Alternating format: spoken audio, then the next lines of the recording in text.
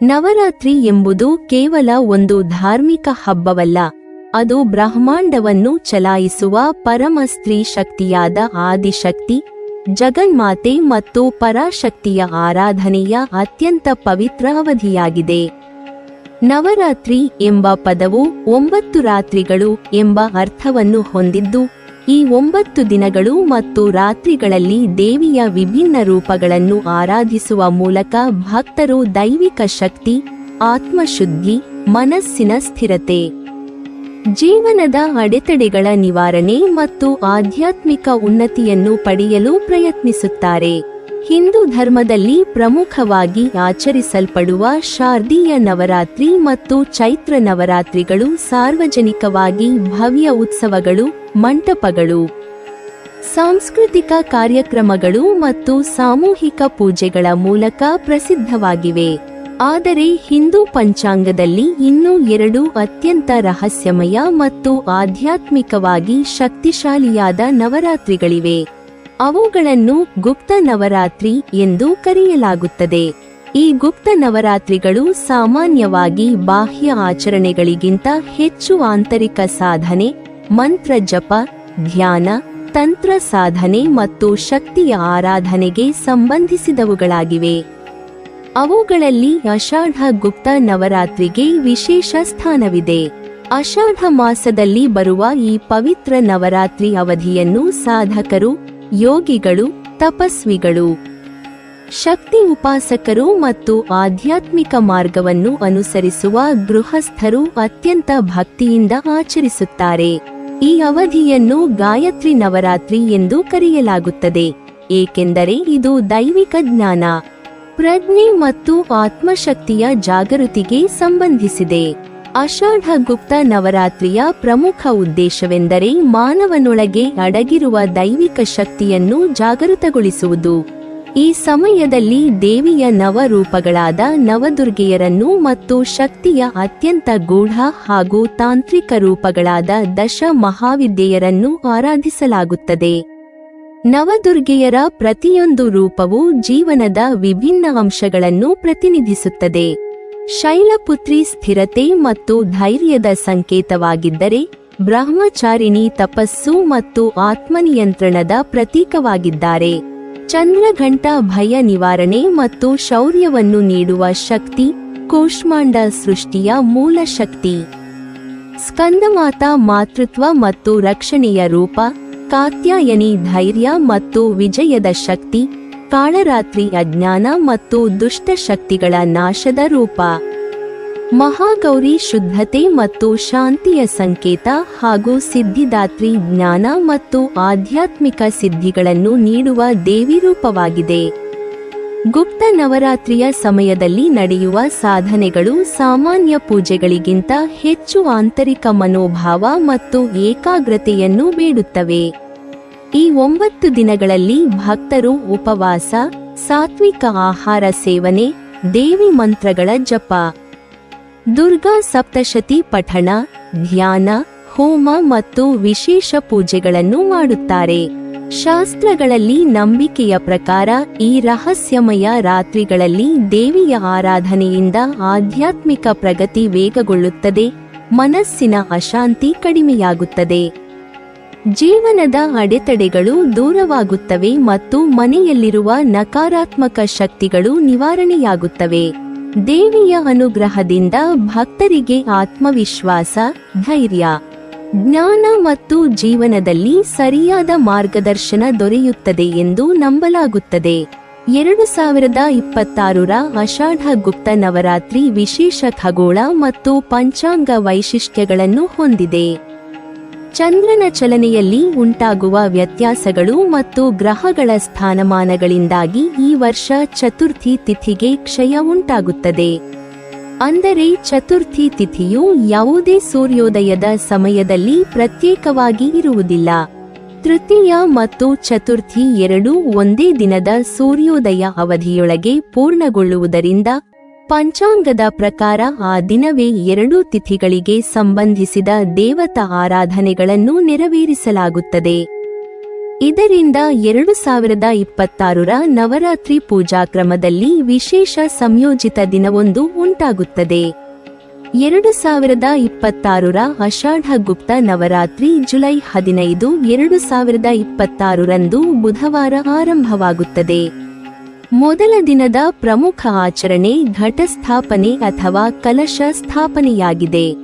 ಘಟಸ್ಥಾಪನೆಯು ನವರಾತ್ರಿ ಆಚರಣೆಯ ಅತ್ಯಂತ ಮುಖ್ಯವಾದ ಆರಂಭಿಕ ವಿಧಿಯಾಗಿದ್ದು, ಇದರ ಮೂಲಕ ದೇವಿಯ ದೈವಿಕ ಶಕ್ತಿಯನ್ನು ಮನೆ ಅಥವಾ ಪೂಜಾ ಸ್ಥಳದಲ್ಲಿ ಆಹ್ವಾನಿಸಲಾಗುತ್ತದೆ. ಶುಭ ಮುಹೂರ್ತದಲ್ಲಿ ಮಣ್ಣಿನ ಪಾತ್ರೆಯಲ್ಲಿ ಪವಿತ್ರ ಮಣ್ಣನ್ನು ತುಂಬಿ ಅದರಲ್ಲಿ ಸಪ್ತಧಾನ್ಯಗಳನ್ನು ಬಿತ್ತಲಾಗುತ್ತದೆ. ಅದರ ಮೇಲೆ ನೀರು ತುಂಬಿದ ಕಲಶವನ್ನು ಸ್ಥಾಪಿಸಿ ಅದರ ಮೇಲೆ ತೆಂಗಿನಕಾಯಿ ಮತ್ತು ಮಾವಿನ ಎಲೆಗಳನ್ನು ಇಡಲಾಗುತ್ತದೆ. ಈ ಕಲಶವು ದೇವಿಯ ಸಾನ್ನಿಧ್ಯದ ಸಂಕೇತವೆಂದು ಪರಿಗಣಿಸಲಾಗುತ್ತದೆ.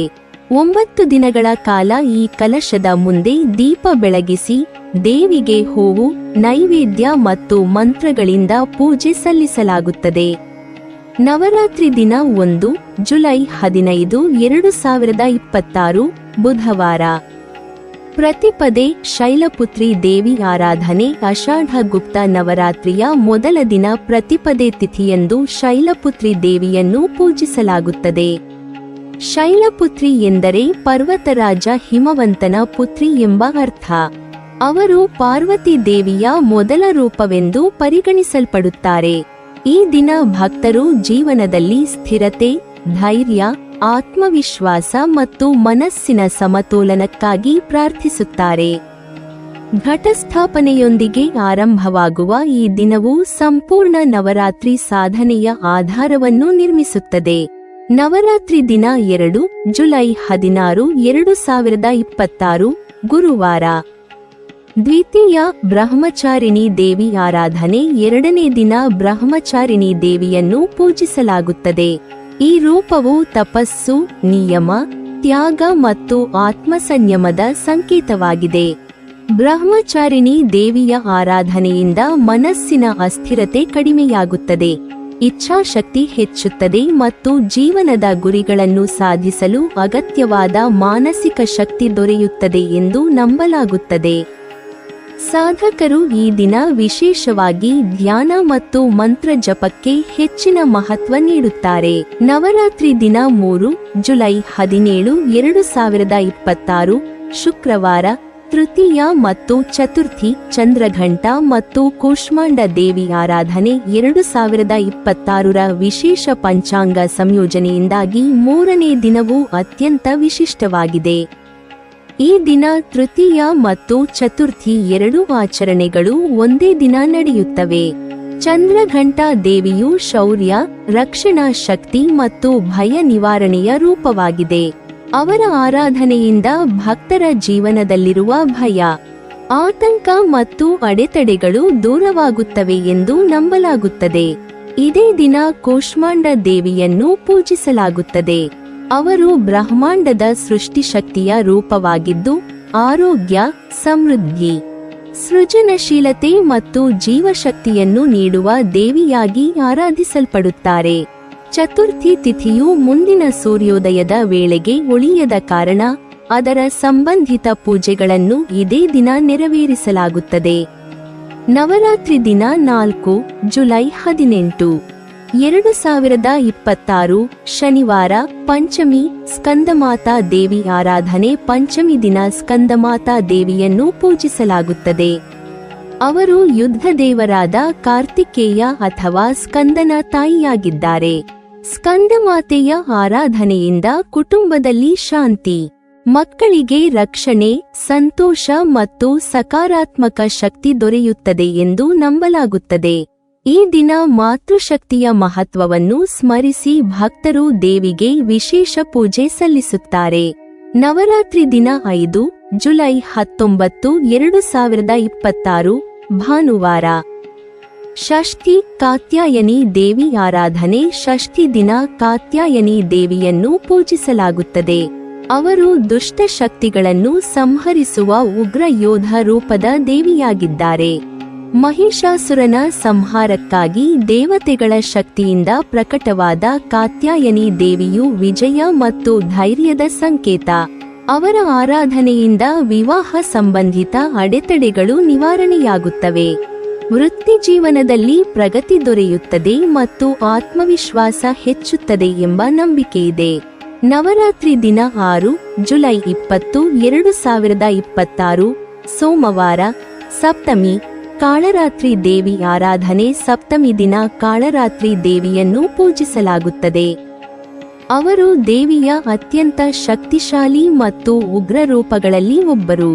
ಕಾಳರಾತ್ರಿ ದೇವಿಯು ಅಜ್ಞಾನ, ಭಯ, ದುಷ್ಟ ಶಕ್ತಿಗಳು ಮತ್ತು ನಕಾರಾತ್ಮಕತೆಯನ್ನು ನಾಶ ಮಾಡುವ ಶಕ್ತಿಯನ್ನು ಹೊಂದಿದ್ದಾರೆ ಎಂದು ಪುರಾಣಗಳಲ್ಲಿ ವಿವರಿಸಲಾಗಿದೆ. ಈ ದಿನ ವಿಶೇಷವಾಗಿ ರಾತ್ರಿ ವೇಳೆಯ ಪೂಜೆ, ಮಂತ್ರ ಜಪ ಮತ್ತು ಧ್ಯಾನಕ್ಕೆ ಹೆಚ್ಚಿನ ಮಹತ್ವವಿದೆ. ನವರಾತ್ರಿ ದಿನ 7 ಜುಲೈ 21, 2026 ಮಂಗಳವಾರ. ಅಷ್ಟಮಿ ಮಹಾಗೌರಿ ದೇವಿ ಆರಾಧನೆ ಮತ್ತು ದುರ್ಗಾ ಅಷ್ಟಮಿ. ಅಷ್ಟಮಿ ನವರಾತ್ರಿಯ ಅತ್ಯಂತ ಪವಿತ್ರ ದಿನಗಳಲ್ಲಿ ಒಂದಾಗಿದೆ. ಈ ದಿನ ಮಹಾಗೌರಿ ದೇವಿಯನ್ನು ಪೂಜಿಸಲಾಗುತ್ತದೆ. ಅವರು ಶುದ್ಧತೆ, ಕರುಣೆ, ಶಾಂತಿ ಮತ್ತು ಆತ್ಮಶುದ್ಧಿಯ ರೂಪವಾಗಿದ್ದಾರೆ.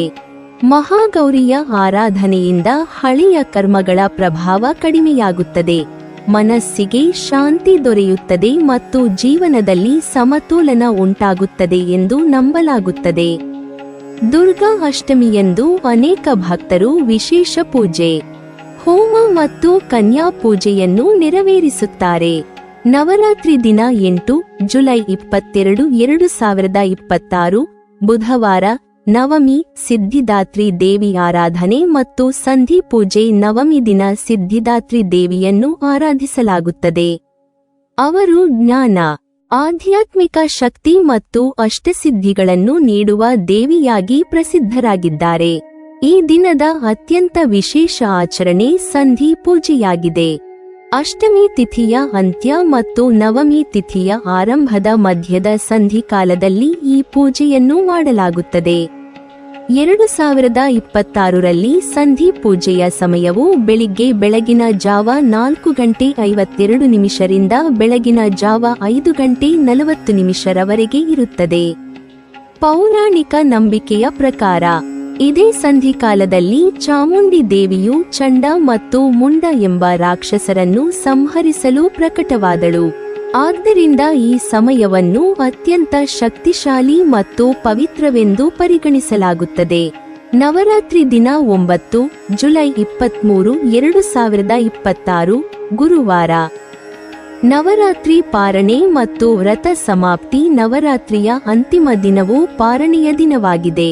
ಈ ದಿನ 9 ದಿನಗಳ ಉಪವಾಸ ಮತ್ತು ಸಾಧನೆಯ ಸಮಾಪ್ತಿಯನ್ನು ಸೂಚಿಸುತ್ತದೆ. ಭಕ್ತರು ದೇವಿಗೆ ಕೃತಜ್ಞತೆ ಸಲ್ಲಿಸಿ ತಮ್ಮ ವ್ರತವನ್ನು ಮುಕ್ತಾಯಗೊಳಿಸುತ್ತಾರೆ. ಅನೇಕರು ಕನ್ಯಾ ಪೂಜೆ, ದಾನ ಧರ್ಮ, ಅನ್ನದಾನ ಮತ್ತು ವಿಶೇಷ ಪೂಜೆಗಳನ್ನು ನೆರವೇರಿಸುತ್ತಾರೆ. ಈ ದಿನ ದೇವಿಯ ಅನುಗ್ರಹದಿಂದ ಪಡೆದ ಆಧ್ಯಾತ್ಮಿಕ ಶಕ್ತಿಯನ್ನು ಜೀವನದಲ್ಲಿ ಸ್ಥಿರಗೊಳಿಸುವ ದಿನವೆಂದು ಪರಿಗಣಿಸಲಾಗುತ್ತದೆ. ಆಷಾಢ ಗುಪ್ತ ನವರಾತ್ರಿ 2026 ಭಕ್ತರಿಗೆ ಆತ್ಮಪರಿಶೀಲನೆ, ಆಧ್ಯಾತ್ಮಿಕ ಸಾಧನೆ ಮತ್ತು ದೈವಿಕ ಶಕ್ತಿಯ ಅನುಭವಕ್ಕೆ ಅಪರೂಪದ ಅವಕಾಶವನ್ನು ನೀಡುತ್ತದೆ.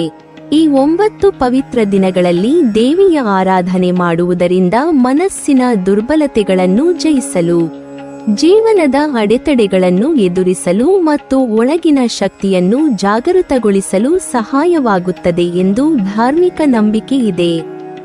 ಗುಪ್ತ ನವರಾತ್ರಿಯ ನಿಜವಾದ ಅರ್ಥವೆಂದರೆ ಹೊರಗಿನ ಆಚರಣೆಗಳಿಗಿಂತ ಒಳಗಿನ ಪರಿವರ್ತನೆ. ದೇವಿಯ ಶಕ್ತಿಯನ್ನು ಮನಸ್ಸಿನಲ್ಲಿ ಸ್ಥಾಪಿಸಿ ಶುದ್ಧ ಚಿಂತನೆ, ಸಾತ್ವಿಕ ಜೀವನ ಮತ್ತು ಭಕ್ತಿಯ ಮೂಲಕ ಆಧ್ಯಾತ್ಮಿಕ ಬೆಳವಣಿಗೆಯತ್ತ ಸಾಗುವುದು ಈ ಪವಿತ್ರ ಅವಧಿಯ ಮುಖ್ಯ ಸಂದೇಶವಾಗಿದೆ. ನೀವಿನ್ನೂ ನಮ್ಮ ಚಾನೆಲ್ ಅನ್ನು ಸಬ್ಸ್ಕ್ರೈಬ್ ಮಾಡಿಲ್ವಾ? ಹಾಗಾದರೆ ಈ ಕೂಡಲೇ ನಮ್ಮ ಇಂದ್ರಜಾಲ ಚಾನೆಲ್ ಅನ್ನು ಸಬ್ಸ್ಕ್ರೈಬ್ ಮಾಡಿ ಮತ್ತು ಪಕ್ಕದಲ್ಲಿರುವ ಬೆಲ್ ಐಕಾನ್ ಅನ್ನು ಕ್ಲಿಕ್ ಮಾಡಿದರೆ ನಮ್ಮ ಹೊಸ ವಿಡಿಯೋಗಳನ್ನು ನೀವು ನೋಡಬಹುದು.